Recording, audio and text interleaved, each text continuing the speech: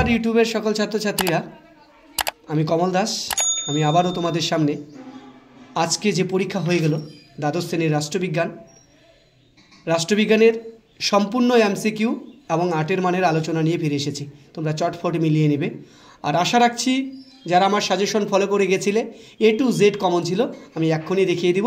তার আগে এমসিকিউটা সলভ করে দিচ্ছি, একটু দেখিয়ে নেবে, মিলিয়ে নেবে। প্রথম কোশ্চেন, ন্যাটো জোটের পাল্টা জোটের নাম, এটা হবে ওয়ারস। দ্বিতীয় কোশ্চেন হবে চার্চিল তার বিখ্যাত ফুলটন ভাষণটি দেন 1946 খ্রিস্টাব্দে। এটা আমার স্টুডেন্টের কোশ্চেন, তাই ও যাই করেছে তার উপর ভিত্তি করেই করা হচ্ছে। তারপর কোশ্চেন 3 নম্বর কোশ্চেন,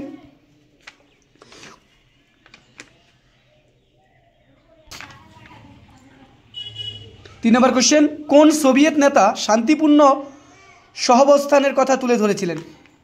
মিখাইল গর্বাচেভ। তারপর কোশ্চেন, ভারত কমনওয়েলথ অফ নেশনের সদস্য। সিমলা চুক্তি স্বাক্ষরিত হয়েছিল প্রধানমন্ত্রী ইন্দিরা গান্ধীর সঙ্গে পাকিস্তানের রাষ্ট্রপতি জুলফিকার আলী ভুট্টোর। চীন বিরোধ ড্যাশ সালে করেছিল? 1962 সালে। সম্মিলিত জাতিপুঞ্জের মূল অঙ্গ আছে 6টি। অর্থনৈতিক ও সামাজিক পরিষদের সদস্য সংখ্যা হলো 54টি। সম্মিলিত জাতিপুঞ্জের সদর দপ্তর অবস্থিত নিউ ইয়র্কে। তারপরে কোশ্চেন দেখব আমরা, সম্মিলিত জাতিপুঞ্জের সনদে কতগুলি ধারা আছে? 111টি। উপরাষ্ট্রপতির পদচ্যুতির প্রস্তাবে উত্থাপিত হয় রাজসভায়।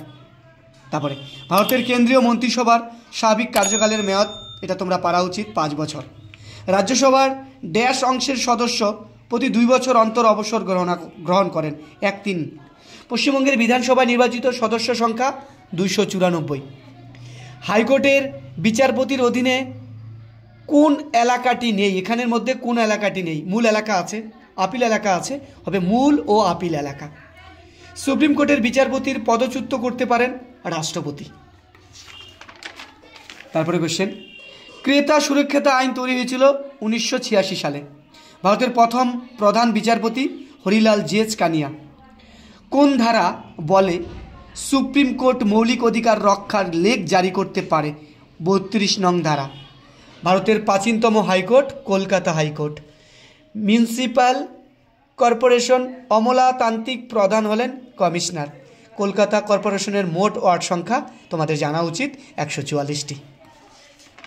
তারপর প্রতিটি গ্রাম পঞ্চায়েত গঠিত হয় কতজন সদস্য নিয়ে? 5 থেকে 30।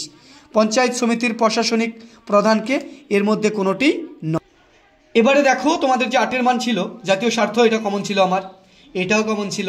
মার্ক্সের রাষ্ট্র, এটাও কমন ছিল। 5টা লিখতে হয়, দেখো কতগুলো কমন, 1টা 2টা 3টা, তারপর 4টা, এটাও কমন, এটাও কমন, 5টা 6টা 7টা 8টা। এখনও আমাদের ইউটিউবের বুকে সাজেশনটা আছে, তোমরা চাইলে মিলিয়ে আসতে পারো। খুব বেশি ভিউয়ার্স না আসলেও আশা রাখছি A to Z কমন ছিল, তোমরা চাইলে এখনও একবার মিলিয়ে আসতে পারো। ভবিষ্যতে তোমাদের ভাইদের অবশ্যই কাজে লাগবে।